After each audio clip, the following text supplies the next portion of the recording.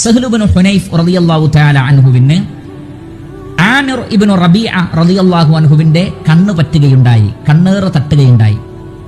Sahl Ibnu Hunaif റളിയല്ലാഹു അൻഹുവിന്റെ ശരീര സൗന്ദര്യം കണ്ടപ്പോൾ ആമിർ ഇബ്നു റബീഅ റളിയല്ലാഹു അൻഹു ഇത്രയും സൗന്ദര്യമുള്ള ഒരു ശരീരം ഞാൻ കണ്ടിട്ടില്ല എന്ന വാക്ക് പറഞ്ഞപ്പോൾ ആ കണ്ണേറ് തട്ടി.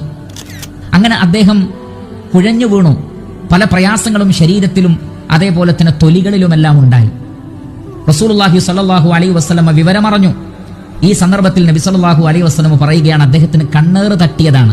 എന്ത് കൗതുകമുള്ളത് കണ്ടാലും, നിങ്ങൾക്ക് ഇഷ്ടപ്പെട്ടത് കണ്ടാലും, അത് സ്വന്തം ശരീരത്തിലാണെങ്കിലും ശരി, സ്വന്തം നഫ്സിലോ സമ്പത്തിലോ കുട്ടികളിലോ ആകട്ടെ, മറ്റുള്ളവരിലാകട്ടെ, രണ്ട് സന്ദർഭത്തിലും എന്ത് പറയാം?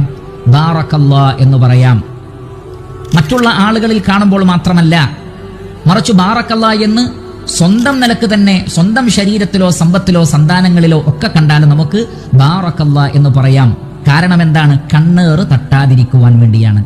അതുകൊണ്ട് തന്നെ അസൂയ ഉണ്ടാകുമ്പോൾ അത് നീങ്ങിപ്പോകാനും ആ നിഅമത്ത് മറ്റുള്ളവർക്ക് ലഭിച്ചതിൽ മാനസികമായ പ്രയാസമുണ്ടാവുക, അത് നീങ്ങിപ്പോവണമെന്ന് ആഗ്രഹിക്കുക, അതില്ലാതായിരുന്നെങ്കിൽ എന്ന് ആഗ്രഹിക്കുക, അയാൾക്കത് നഷ്ടപ്പെട്ട് അത് തനിക്കായിരുന്നെങ്കിൽ എന്ന് വിചാരിക്കുക,